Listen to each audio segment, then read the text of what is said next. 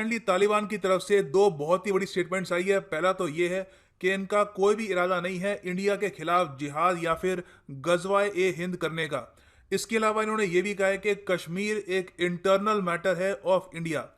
समझाता हूं यहां पर हुआ क्या है। देखिए, जब से यूएस और तालिबान के बीच में डील हुई है जिसके अंडर यूएस ने यह कहा है कि जो 18 साल लंबी जंग है इसको खत्म करेंगे और यूएस सोल्जर्स को ये तालिबान से पुल आउट करेंगे, इंडिया की सबसे बड़ी कंसर्न यहां पर यह थी कि जो अफगान तालिबान है ये माना जाता है कि पाकिस्तान के काफी करीब है, पाकिस्तान की आईएसआई मिलिट्री के काफी करीब है। तो इंडिया का कंसर्न यहां पर यह है कि अफगान तालिबान पाकिस्तान ऑक्यूपाइड कश्मीर में एंटर करके इंडिया की साइड इन्फिल्ट्रेशन कर सकते हैं और टेररिज्म बढ़ा सकते हैं। ओवरऑल जो पाकिस्तान के प्लान्स हैं अबाउट कश्मीर उसको हेल्प कर सकते हैं और ये काफी हद तक पॉसिबल भी है, क्योंकि आप अगर ज्योग्राफिकली देखें तो अफगानिस्तान की बॉर्डर है विद पाकिस्तान ऑक्यूपाइड कश्मीर। अब रिसेंटली अफगानिस्तान की तरफ से, तालिबान की तरफ से प्राइमरली कुछ ऐसी ट्वीट्स, ऐसी स्टेटमेंट्स आई जिससे लग रहा था कि ये थ्योरी रियलिटी में कन्वर्ट हो जाएगी। कुछ ट्विटर हैंडल्स जो खुद को बता रहे थे कि तालिबान के वो स्पोक्समैन है, उन्होंने ये कहा कि जैसे ही ईद उल फित्र खत्म होगी उसके बाद तालिबान गजवाए हिंद शुरू करेगा, एक बहुत ही बड़ा जिहाद होगा अगेंस्ट इंडिया और ये कश्मीर में इन्फिल्ट्रेशन करेंगे। और काफी इन्होंने स्टेटमेंट्स दी और ऑब्वियस सी बात है, जब ये स्टेटमेंट्स आई सबसे ज्यादा खुश इस रीजन में एक देश था, वो था पाकिस्तान। पाकिस्तान के लिए ये न्यूज बहुत ही अच्छी इसलिए थी क्योंकि अगर अफगान तालिबान ये कहता है कि कश्मीर में इन्फिल्ट्रेशन अब ये खुद करेंगे तो इसका मतलब कि पाकिस्तानी आर्मी को जो डर्टी वर्क है, मरने मारने का काम है, ये कम करने की आवश्यकता है।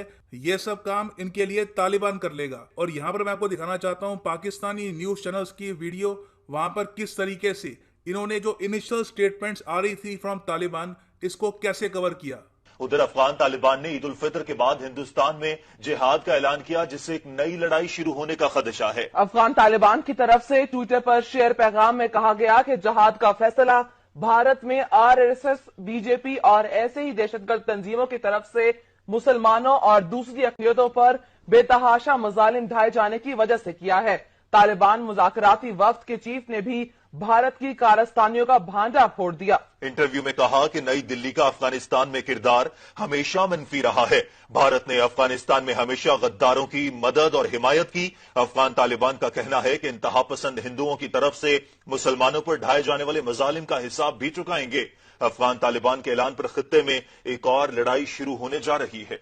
तो जो पाकिस्तानी मीडिया यहाँ पर कोट करा था ट्वीट्स फ्रॉम सुहेल शाहीन और उसके अलावा जो तालिबान के स्पोक्सपर्सन है, जहां पर यह बताया जा रहा है कि फ्रेंडशिप बिटवीन इस्लामिक एमिरेट और इंडिया इम्पॉसिबल है। अच्छा, यहाँ पे आप पूछेंगे इस्लामिक एमिरेट यहाँ पर क्या है? ये अफगान तालिबान खुद को इस्लामिक एमिरेट कहता है। जी हाँ, बिल्कुल, ये मैं आपको बता दूं, अफगान तालिबान खुद को फॉर्मल मीटिंग्स में बुलाता है इस्लामिक एमिरेट ऑफ अफगानिस्तान। सो पाकिस्तान की तरफ से जो स्टेटमेंट्स आ रही थी from the Islamic emirate of Afghanistan, ये सारी ट्वीट्स, सारी स्टेटमेंट्स फेक थी। फिर बाद में तालिबान के जो रियल स्पोक्समैन हैं वो सामने आए और उन्होंने ये कहा कि ऐसा कुछ भी नहीं है। यहाँ पे आप देख सकते हैं द हिंदुस्तान टाइम्स का आर्टिकल है। ये जो पाकिस्तान में न्यूज कवरेज है उसके बाद इंडिया की तरफ से ये आर्टिकल्स आने स्टार्ट हुए और तालिबान की तरफ से भी प्रॉपर इस पर क्लैरिटी आई। तालिबान ने यह कहा है कि पहली बात तो हम मानते हैं कि कश्मीर इंडिया का इंटरनल मैटर है। इससे ये कह रहे हैं कि हम वहां पर कोई भी इंटरफेरेंस नहीं करना चाहते। तालिबान दूसरी कंट्रीज का जो इंटरनल मैटर है उसमें इंटरफेरेंस नहीं करता। तो पहले तो ये कह रहे हैं कि कोई जिहाद या फिर गजवाए हिंद इनका करने का इरादा नहीं है। यहाँ पे आप देख सकते हैं ये इनकी प्रॉपर स्टेटमेंट है। The statement published in the media about Taliban joining जिहाद इन कश्मीर इज रॉन्ग। ऐसी कोई स्टेटमेंट हमारी तरफ से नहीं आई है।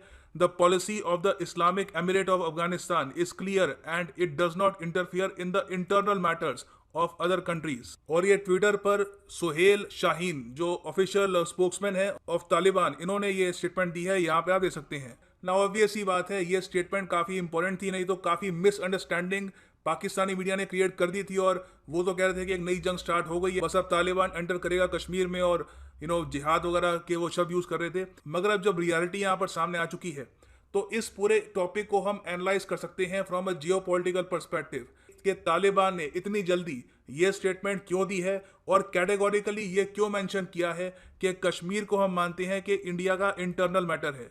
वेल देखो, इसका बहुत ही सिंपल आंसर है। तालिबान चाहता है कि वापस वो अफगानिस्तान में पावर में आ जाए। इस वक्त अफगानिस्तान में ज़्यादा जो पावर है वो अशरफ गनी के पास है।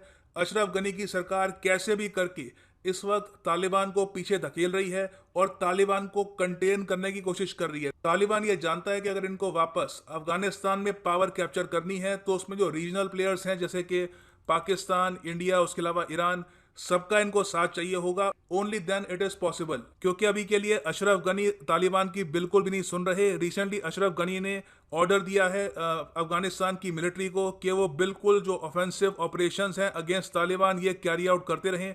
उसके रिस्पॉन्स में तालिबान बार बार अफगानिस्तान में सिविलियंस को मार रहा है, बॉम्ब ब्लास्ट कर रहा है।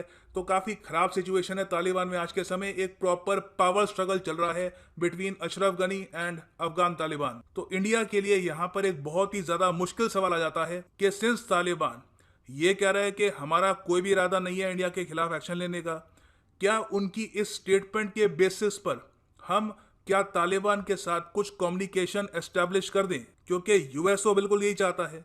यूएस के जो स्पेशल ऑनवॉय हैं टू अफगानिस्तान ज़ल्मे, ये रिसेंटली इंडिया आए थे। ज़ल्मे खालिजाद ने इंडियन गवर्नमेंट को ये कहा कि आप सीधा तालिबान से बात करिए ना।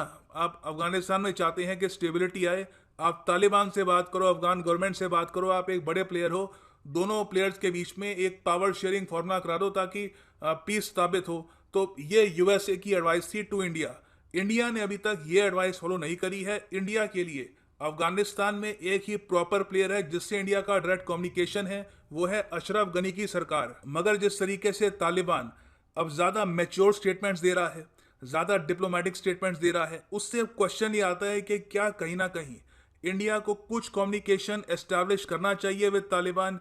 क्या यूएस की एडवाइस यहाँ पर माननी चाहिए या इससे पहले जो हमारी पुरानी फॉरेन पॉलिसी चल रही है वही कायम करनी चाहिए? क्योंकि बहुत सारे जो हमारे करियर डिप्लोमेट्स हैं, जो इंडिया में फॉरेन पॉलिसी एक्सपर्ट्स हैं, उन्होंने बार बार ये कहा है कि आप लेजिटिमेसी मत दो अफगान तालिबान को। अगर इंडिया अफगान तालिबान से बात करना स्टार्ट करेगा तो अफगान तालिबान को इससे काफ़ी वेट मिलता है इंटरनेशनल कम्युनिटी में और वो अशरफ गनी से ज़्यादा अच्छे से बार्गेन कर पाएंगे पावर शेयरिंग को लेकर। तो देखिए, फॉर द टाइम बिंग चाहे ये क्लियर हो गया हो कि तालिबान इंडिया के अगेंस्ट गजवाए हिंद नहीं करेगा, जिहाद नहीं करेगा, मगर एक लार्जर क्वेश्चन इंडिया के सामने बना हुआ है कि लॉन्ग टर्म में तालिबान के साथ डील करना कैसे है।